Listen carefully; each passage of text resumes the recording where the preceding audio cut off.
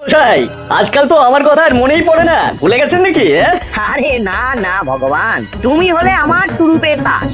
ঠিক সময়ে ঠিক সুযোগ এলে তোমাকেই ডাকবো। একটু দেখবেন। হ্যাঁ, আরে নিশ্চয়ই নিশ্চয়ই। এই চলি রে, আবার রাজসভায় যেতে হবে।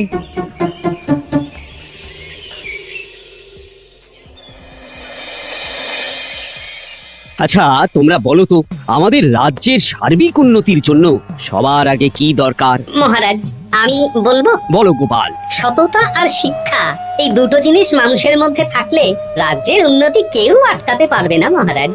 একদম ঠিক বলেছ পণ্ডিত, তুমি তো শিক্ষার কাণ্ডারি। তুমি কি বলতে চাও এই ব্যাপারে? মানে কিভাবে শিক্ষার আরো উন্নতি করা যায়? মহারাজ, আমি তো মনে করি পুঁথিগত শিক্ষাই শুধু শিক্ষা নয়, মানুষের ভেতরে যে পূর্ণতা আছে সেটাকে ফুটিয়ে তোলার নামই হলো শিক্ষা। যেমন? কেউ যদি খেলতে ভালোবাসে সে খেলোয়াড় হবে, গান করতে ভালোবাসলে সে গায়ক বা গায়িকা হবে। আমি প্রত্যেকের মধ্যে লুকিয়ে থাকা এই বিশেষ বিষয়গুলোকে তুলে ধরার জন্য কিছু করতে চাই। তা এটা করার জন্য কি দরকার? প্রথমত অর্থের প্রয়োজন। আমাদের আরো অনেক টুল খুলতে হবে, সেখানে এক একটা জায়গায় এক এক রকমের শিক্ষা প্রদান করা হবে। এটা ভালো প্রস্তাব। আমাদের রাজ্যে গায়ক, নৃত্যশিল্পী, অঙ্কন শিল্পী, খেলোয়াড় সব তৈরি হবে। দেশ বিদেশে রাজ্যের নাম উজ্জ্বল হবে। মহারাজ, একদম এসব উল্টো পাল্টা খরচ করবেন না। কেন কেন? মহারাজ, রাজকোষে প্রথমত বেশি অর্থ নেই, যে কোনো সময় যুদ্ধ লাগতে পারে। তাই আমাদের উচিত প্রথমে এসব না করে কামান, গোলা, বারুদ, ঢাল, তরোয়াল এসব কেনা। ঠিকই বলেছো। কদিন ধরেই শুনছিলাম সীমান্তবর্তী এলাকায় ইংরেজ সেনারা নাকি ঘুরঘুর করছিল। পণ্ডিত মশাই, আপনার এই সব পাণ্ডিত্য অন্য জায়গায় ফলাবেন কেমন? এসব করে লাভের লাভ কিচ্ছু নেই। কাউকে যদি ইংরেজরা গুলি করে সে কি গান শোনাবে? হ্যাঁ, মন্ত্রীর কথায় যুক্তি আছে। মহারাজ, আপনি বরং পণ্ডিত মশাইকে কিছুদিনের জন্য ছুটি দিয়ে দিন। পণ্ডিত মশাইয়ের মাথার একটু বিশ্রাম দরকার। হ্যাঁ পণ্ডিত, তুমি বরং দিন 15 জন্য তীর্থে ঘুরে এসো। যথা আজ্ঞা মহারাজ।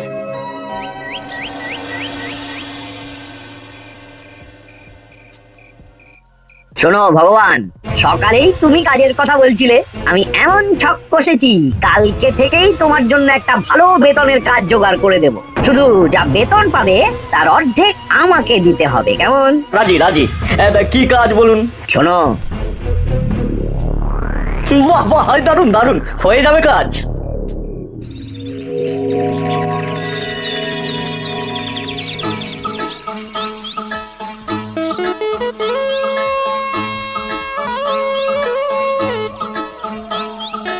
এই সকাল সকাল রাস্তায় ঘুরঘুর করছিস কেন? পড়াশোনা কি শিখেই তুলে দিয়েছিস? দুপুরবেলা ভাত, রাতের বেলা রুটি।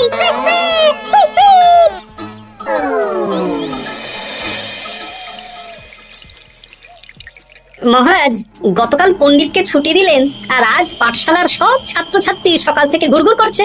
কি, তাহলে তো মুশকিল। মুশকিল আসান করার রাস্তা আমার কাছে আছে মহারাজ। আমার সন্ধানে এমন একজন পণ্ডিত আছেন যিনি বহু ভাষাবিদ, অনেক পাণ্ডিত্য, দেশ বিদেশে শিক্ষাদান করেছেন। কিন্তু তাকে আমরা পাবো কোথায়? তিনি কৃষ্ণনগরে ঘুরতে এসেছেন, শুধু ওনাকে বেতনটা একটু বেশি দিতে হবে। এবং তিনি এই রাজ্যের যে কোনো মানুষের চেয়ে বেশি শিক্ষিত, তার পড়ানোর ধরনই আলাদা। সে কোথায়? আমি তাই ওনাকে আজকে রাজসভায় আসতে বলেছি। মহারাজ, আপনার সাথে একজন দেখা করতে এসেছেন। দেখুন মহারাজ, বলতে না বলতেই হাজির। ওনাকে ভিতরে আসতে বলো। আচ্ছা মহারাজ।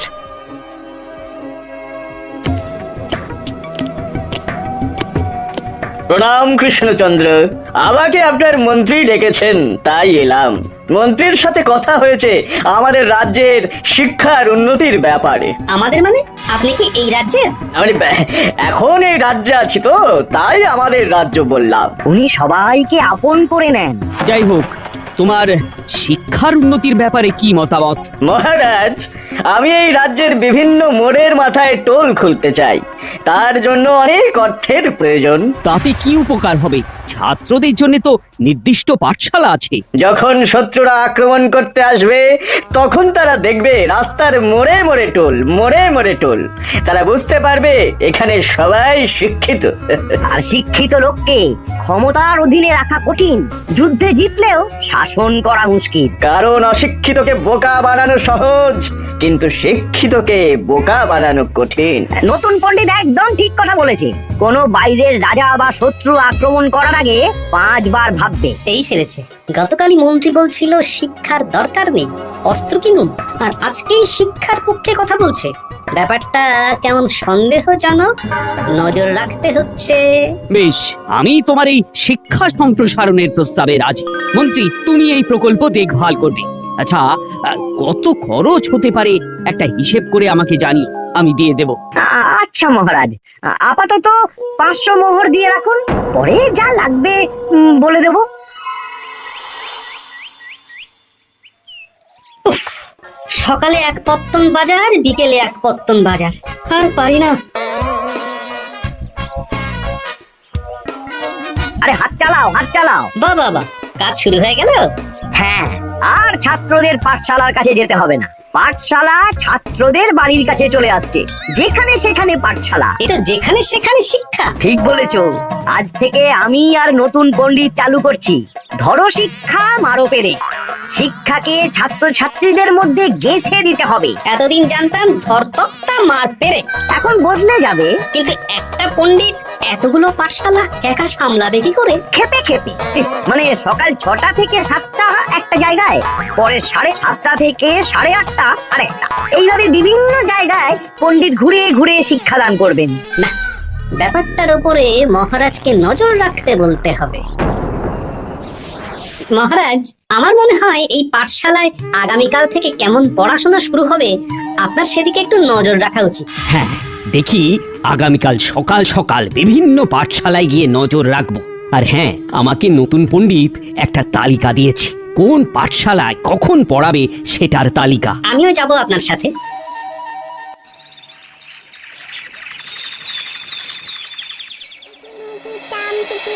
কাটা মজুমদার ধে এলো দামোদর, দামোদরের হাড়ি কুড়ি, দুয়ারে বসে চাল কুড়ি। দেখি কুটি, তোরা এই কিরমিকিরি খাচ্ছিস? নতুন পণ্ডিত কোথায়? উনি তো এই মাত্র দক্ষিণের পাঠশালায় গেলেন।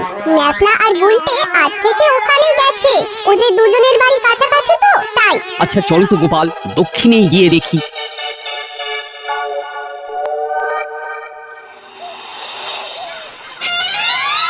দেখি এখানেও তো নতুন পণ্ডিত নেই। নতুন পণ্ডিত মশাই আমাদের একের নামটা মুখস্থ করতে দিয়ে চলে গেলেন। একের নামটা? এসব কি হচ্ছে? শিক্ষার নামে অর্থের জলাঞ্জলি মহারাজ। না, আজই রাজসভায় এর বিচার হবে। মন্ত্রী, আমি যা দেখলাম তাতে শিক্ষা তো কদিন পরে লাটে উঠবে।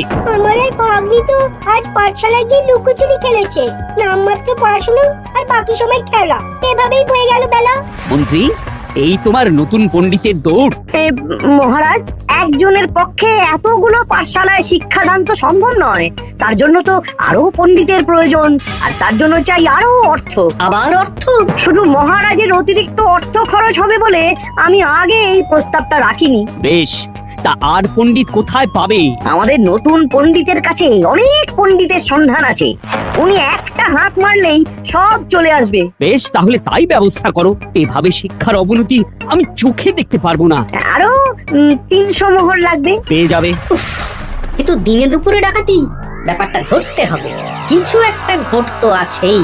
আর নতুন পণ্ডিতদের যদি কোথাও একটু থাকা খাওয়ার ব্যবস্থা করা যায় তাহলে ভালোই হয়। রাজবাড়ির অতিথিশালা তো আছেই, ওখানেই না হয় ব্যবস্থা করে দেব।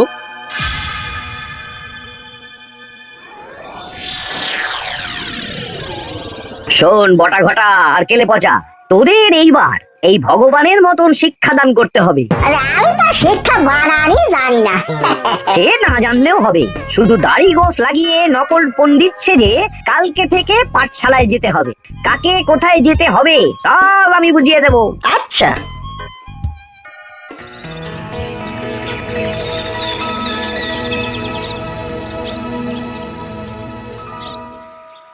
আচ্ছা বল তো, গতকাল তোদের বাড়িতে কি কি রান্না হয়েছিল? ভাত, মসুর ডাল আর লাউ ঘন্ট। লাউ ঘন্টের মধ্যে চিংড়ি ছিল? তা আজকে কি রান্না হবে? আজকে সকালে বাবা বাজার থেকে পাকা কাতলা এনেছে। কাতলা মাছের পাতলা করে ঝোল হবে। আর তোর? আমাদের আজ নিরামিষ, এই কবজি ডুবিয়ে সবজি ভাতি খেতে হবে। বেশ।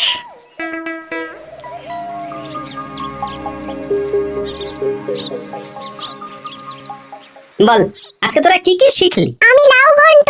আমি সবজি ভাত, আমি কাতলা মাছ। কি বলছিস কি? আজকে তো পাঠশালায় এই সব আলোচনাই হয়েছে। এবারে ব্যাপারটা একেবারে সহ্য সীমার বাইরে চলে যাচ্ছে। দাদু, তোমাদের আগের পণ্ডিত মশাই ভালো ছিলেন। উনি কোথায় চলে গেলেন? মন্ত্রী মশাই ছলে বলে কৌশলে ওনাকে তীর্থে পাঠিয়েছেন।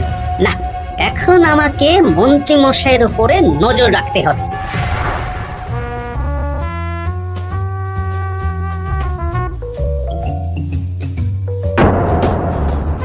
পাঠশালায় পড়ানোর ব্যাপার তো বিকেলেই মিটে গেছে। রাজবাড়ির অতিথিশালায় না গিয়ে নতুন পণ্ডিত মশাইরা এদিকে আবার কোথায় যাচ্ছেন? সাথে মন্ত্রীও আছেন, ব্যাপারটা নজর রাখতে হবে। তাড়াতাড়ি চল। চলুন চলুন। এদিকে তো বটা ঘটার বাড়ি, এদিকে মন্ত্রী মশাই কোথায় যাচ্ছেন?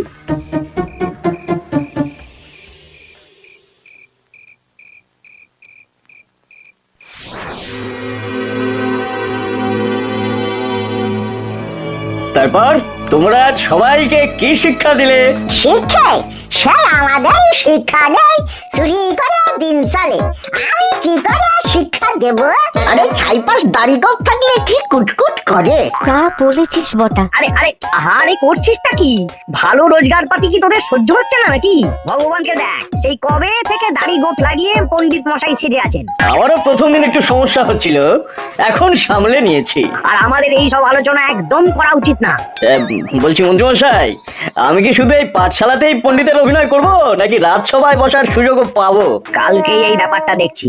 আগে তোমাকে রাজসভায় ঢোকাবো, তারপর এক এক করে বটা ঘটা কেলে পচা সব আমার দলের লোককে রাজসভায় ঢুকিয়ে নেব। আর রাজসভার বাকি সদস্যদের ফাঁকা করে দেবেন। একদম তাই। মহারাজ সহজ সরল মানুষ, এটাই একটা বড় সুবিধা। আচ্ছা, এই ব্যাপার। ঠিক আছে, আমি কদিন পরে ঠিক সময়ে একদম হাটে হাড়ি ভাঙবো।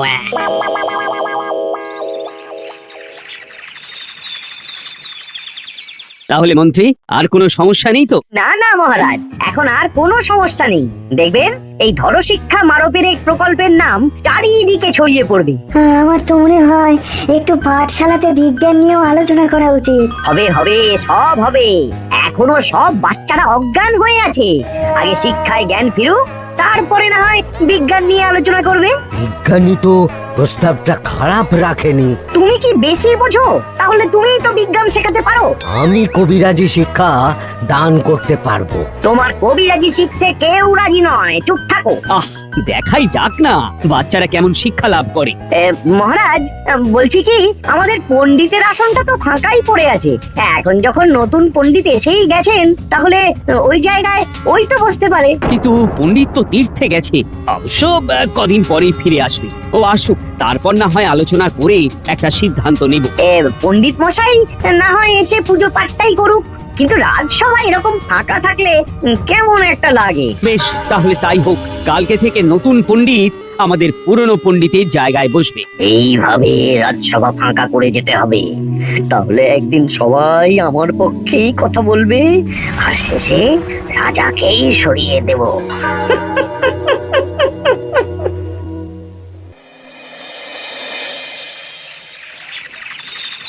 মহারাজ, সর্বনাশ হচ্ছে চারিদিকে। চলুন চলুন, আমি পুরো বিষয়টা ধরে ফেলেছি। কি ধরে ফেলেছো? শিক্ষার নামে ষড়যন্ত্র চলছে মহারাজ।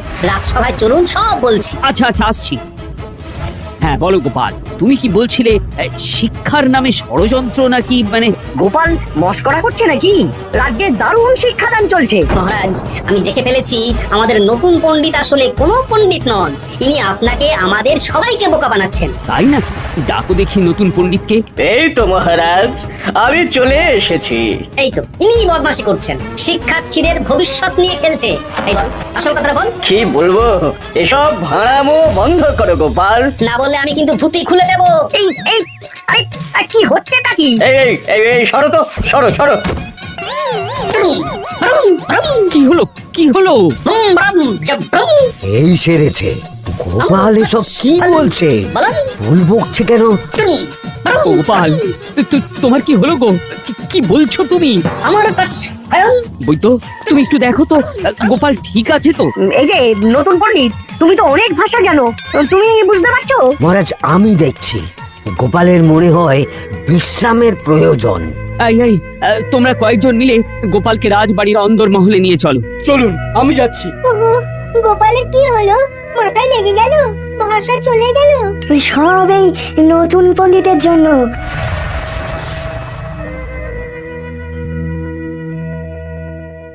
ভাল খাচ্ছ কাছ মাস্টার কাছ। মহারাজ, আমার মনে হচ্ছে গোপালের বাইরে থেকে কিছু হয়নি, ভিতর থেকে কিছু হয়েছে। নারী স্পন্দন, হৃদস্পন্দন সব ঠিক আছে। আমার বড় যাব ভ্রম। কিন্তু গোপাল কি ভাষা বলছে বোঝা যাচ্ছে না। নতুন পণ্ডিত, একবার চেষ্টা করে দেখো না। আমার কাছে হয় না। এসব তো আমি কিছুই বুঝতে পারছি না মহারাজ। আপনি যে এত দেশ বিদেশে ঘুরেছেন, আপনি বুঝতে পারছেন না? এ আমার এখতিয়ারের বাইরে। তোমার বাকি পণ্ডিতদের নিয়ে আসো তো, যারা পাঠশালায় পড়ায়। আমি বুঝতে পারছি না, এই বটা ঘটা কেলে পচা কি বুঝবে? আমার বড় যাব ভ্রম। চাপ করো ঘট, নল খাবো মরব। তাই কিছুই তো বুঝতে পারছি না। রাজসভায় কাউকে না দেখতে পেয়ে এখানে এলাম। ওই তো আমাদের পুরনো পণ্ডিত চলে এসেছে। শুনলাম গোপালের নাকি কি হয়েছে। এই পণ্ডিত, তুমি দেখো তো গোপালের নতুন ভাষা উদ্ধার করতে পারো কিনা। কি গোপাল, তুমি কি ভাষায় কথা বলছো? আমার মতর ভাষা কথা বলো। ওই দেখো আবার কি সব বলছে। আমার বছর তো পড়েছো, সবার সাথে মস্করা করেছো। তোমার ধরছ। হ্যাঁ, এই পণ্ডিত, এটা কি ভাষা? ঘাবড়াবেন না মহারাজ, এটা পাতি বাংলা ভাষা। বাংলা ভাষা? গোপাল শুধু আকার ইকার উকার আর বেশিরভাগ স্বরবর্ণ বাদ দিয়ে কথা বলছে। মানে গোপাল তোমো কছো কছো বলো। আমার নাম গোপাল ভর। মহারাজ, গোপাল বলল আমার নাম গোপাল ভর। আমার অত বকো না মহারাজ। এর মধ্যে আকার ইকার উকার এসব বসিয়ে দেখুন তো কি হয়। আমার নাম গোপাল ভাঁড়। আমার নাম গোপাল ভাঁড়। অত, আমি অত, বকা বোকা, নই মহারাজ। মহারাজ, আমি অত বোকা নই মহারাজ। এই তো সুন্দর ধরে ফেলেছেন। কি কেমন দিলাম? দেখলে আমাদের রাজ্যে মন্ত্রী ধরে আনা পণ্ডিতের পাণ্ডিত্য। সব এক একটা গাধা। হ্যাঁ, এ কি ভগবান, বটা ঘটা কেলে পচা। মহারাজ, এখান থেকে কি বুঝতে পারলেন? কি? শিক্ষার বাইরেও অন্যভাবে সমস্যার কি করে সমাধান করা যায়, তাও শুধুমাত্র উপস্থিত বুদ্ধি দিয়ে, যেটা আমাদের রাজপণ্ডিতের আছে। তা তো দেখতেই পাচ্ছি। আর সেই জন্যই মন্ত্রী ওনাকে সরাতে চেয়েছিলেন, আর কিছুদিনের মধ্যে সব সভাসদদের সরিয়ে দিতেন। আমি সব মতলব শুনেছিলাম, আর এই দিনটার জন্য অপেক্ষা করছিলাম।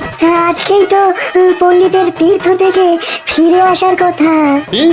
তাই আজকে এই ছোট্ট নাটকটি করলাম। এবার মন্ত্রী আর এই 4 জন নকল পণ্ডিতকে আচ্ছা করে কারাগারে গিয়ে ধোলাই দাও। ধোলাই হলো ওনাদের জন্য উপযুক্ত এবং উচিত শিক্ষা।